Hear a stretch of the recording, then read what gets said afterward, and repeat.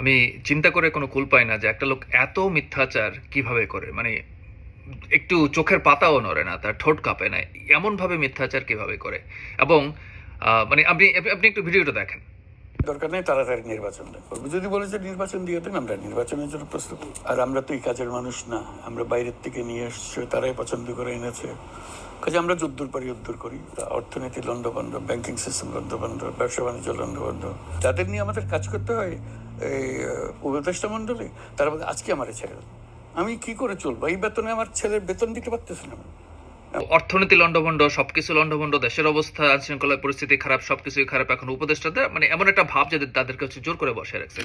শেষ কথাটা দেখছেন যে ওরা নাকি স্কুলের বাচ্চাদের বেতন দিতে পারে না, এখন ওদেরকে ছেড়ে দিলে ওরা বাইরে গেলে আরো বেশি টাকা খাবে। এখন কথা হচ্ছে যে মানে এটা কি কথাটা কতটা সত্যি, আপনারা কি মানে একটু দেখতে চান? দেখেন, আসুন একটু দেখে নিই আমরা আসলে উপদেষ্টারা কি সুযোগ সুবিধা পান। প্রধান উপদেষ্টা হচ্ছে প্রধানমন্ত্রীর মতোই। হ্যাঁ, তো এখানে আপনার হচ্ছে যে সে এক মাসে 1,15,000 টাকা বেতন, বেতনটা মানে হয়তো খুব বেশি না, কিন্তু তার পাশাপাশি তিনি হচ্ছে যে বাড়ি ভাড়া ভাতা, দৈনিক ভাতা একটা আছে 3,000 টাকা, তারপরে যাতায়াত, বাড়ির ভাড়া, আপনার ডেইলি অ্যালাউন্স, ইন্স্যুরেন্স, কূটনৈতিক পাসপোর্ট, বিভিন্ন দপ্তরের খরচ, টেলিফোন ব্যয়, চিকিৎসা ব্যয়, সব কিছু ব্যয় হচ্ছে তাকে দেয়া হয়।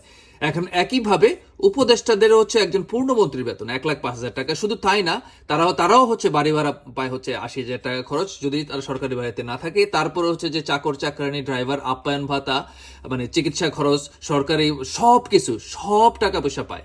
তারপরেও এদের অভিযোগ কি করতেছে যে এরা হচ্ছে যে স্কুলের বাচ্চাদের নাকি বেতন দিতে পারে। এখন আপনারাই বলুন যে আপনাদের বেতন কত, আপনারা মানে কিভাবে বাচ্চাদের স্কুলের খরচ চালান?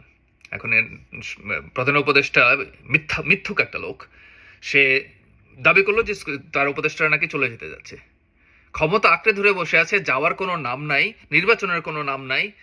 মানে বিদেশি সংবাদপত্রকে বলতেছে যে 4 বছর পর্যন্ত তার ক্ষমতায় থাকার ইচ্ছা। মানে আর কত খাবে দেশটাকে? রাস্তায় রাস্তায় মানুষ মরতেছে।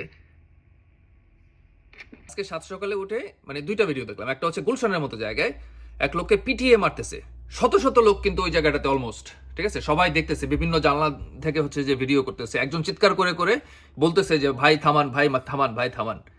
3-4জন সন্ত্রাসী মিলে মারতেছে, আর চারপাশে আরো 20-30 জন হচ্ছে ভিড় করে আছে।